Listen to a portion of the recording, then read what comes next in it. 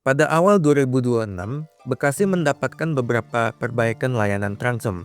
Pada 22 Januari, halte Transjakarta Ekstensi Koridor 2 yang selama beberapa tahun terakhir terlantar akhirnya selesai direnovasi dan dibuka kembali ke umum.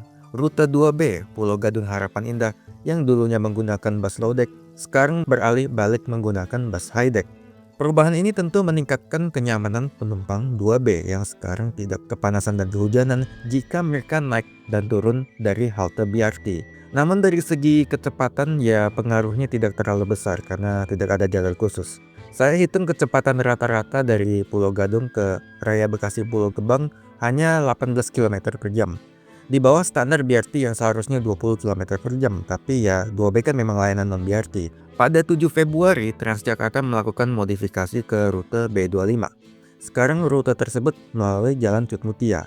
Ini adalah salah satu saran saya saat pertama kali mereview rute ini. Apakah perubahan ini menuai kontroversi?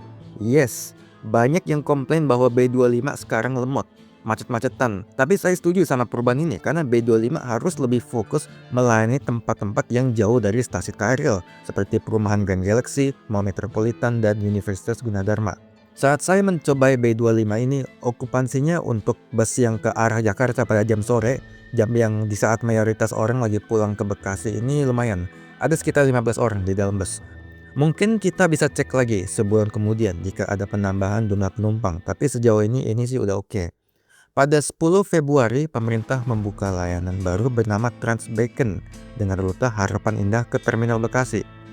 Rute ini dulu sempat ada dengan nama Trans Patriot, tetapi berhenti beroperasi pada 2024 karena masalah administrasi. Apakah rute baru ini didemo oleh angkot? Yes, tapi untung tetap jalan. Rute Harapan Indah Terminal Bekasi ini sangat penting karena sebelum adanya rute ini, ada beberapa tempat dan Transem lainnya yang agak terisolasi dari jaringan Transem Higher Order. Pertama adalah rute 2B yang mentok di Harapan Indah. Orang-orang yang mau lanjut ke dalam Bekasi terpaksa naik angkot. Sekarang mereka bisa naik Trans Beacon. Lalu ada stasiun Bekasi, stasiun sentral Bekasi yang melayani KRL dan KA antar kota. Dulu hanya ada angkot sebagai feeder buat stasiun. Sekarang ada bus train proper yang menghubungkan stasiun ini dengan berbagai destinasi di kota Bekasi seperti Bekasi Trade Center, stasiun LRT Jatimulya yang juga ada bus Trans Wibawa Mukti, Revo Mall, dan Pakuwon Mall Bekasi. Namun saat saya mencoba Trans Beacon ini, ada beberapa masalah yang saya temukan. Selain tidak adanya live tracking di mitra darat yang membuat waktu tunggu tidak terprediksi dan membuat mencari bus stop lebih sulit, ternyata Trans Beacon ini tidak berhenti di stasiun Kranji, meskipun melewati stasiun tersebut, mungkin karena di demo angkot. Besoknya pada 11 Februari, Transjakarta membuka rute B51, Cawang Sentral Jababeka yang juga berhenti di Grand Wisata. Sayangnya pada saat pembuatan video ini, rute B11 dipotong karena ada pekerjaan di halte Summarecon Bekasi. Untuk sementara rute ini tidak sampai Summarecon Bekasi. Nanti pada 1 Maret, Trans Beacon dan Trans Bekasi Patriot yang selama ini gratis akan dikenakan tarif. Trans Beacon mendapatkan tarif Rp4.500 dan Trans Bekasi Patriot Rp6.000. Tarif yang menurut beberapa orang tergolong mahal. Ya kalau saya warga Bekasi saya tetap naik sih karena harganya mirip sama angkot, tapi kualitas layanannya jauh lebih baik dan masih lebih murah dibandingkan Gojek. Dan sebenarnya memang lebih baik Transub mahal dikit, tapi kualitas pelayanannya baik.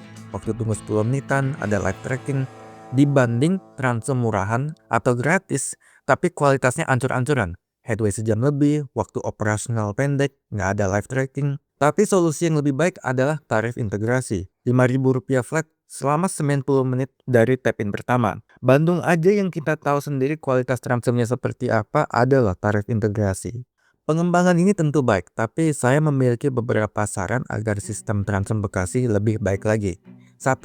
Modifikasi ke rute Trans Beacon. Rute Trans Beacon yang ada saat ini memutari pusat kota Bekasi searah jarum jam, dan itu menimbulkan masalah. Misalkan ada seseorang yang tinggal di Harapan Indah dan dia mau jalan-jalan ke Pakuwon Mall Bekasi. Mall yang terkenal parkirnya sulit. Jadi daripada bawa kendaraan sendiri, dia naik Trans Beacon. Namun, kalau dia naik Trans Beacon, dia terpaksa muter ke Bekasi Timur dulu. Ini kan tidak efisien.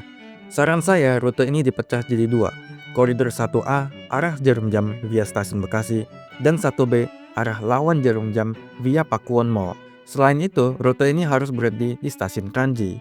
2. Rute ke Grand Galaxy. Ada sebuah mall yang cukup ramai bernama Grand Galaxy Park alias GGP. Mall tersebut tidak terhubung sama kendaraan umum. Angkot yang ke Grand Galaxy pun tidak berhenti di sana.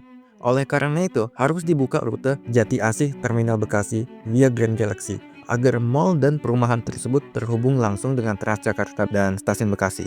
Nomor 3, rute ke Grand Wisata. Selain GGP, juga terdapat mall lain yang tidak terhubung akses transom, yaitu Living Road Grand Wisata. Meskipun rute B51 sudah ada, rute tersebut tidak masuk terlalu dalam ke Grand Wisata. Oleh karena itu, saya menyarankan rute Living Road Grand Wisata, Pakuwon Mall Bekasi via Tol Cikampek dan Stasiun LRT Jatimulya.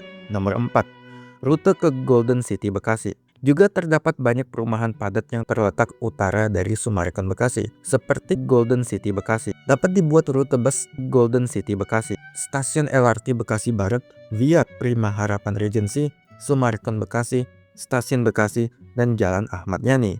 Nomor 5, integrasi antara Transbekon dan Transbekasi Patriot di Mitra Darat. Saat kita buka Transbekasi Patriot di Mitra Darat, Transbekon dan Transbekasi Patriot harus muncul dua-duanya.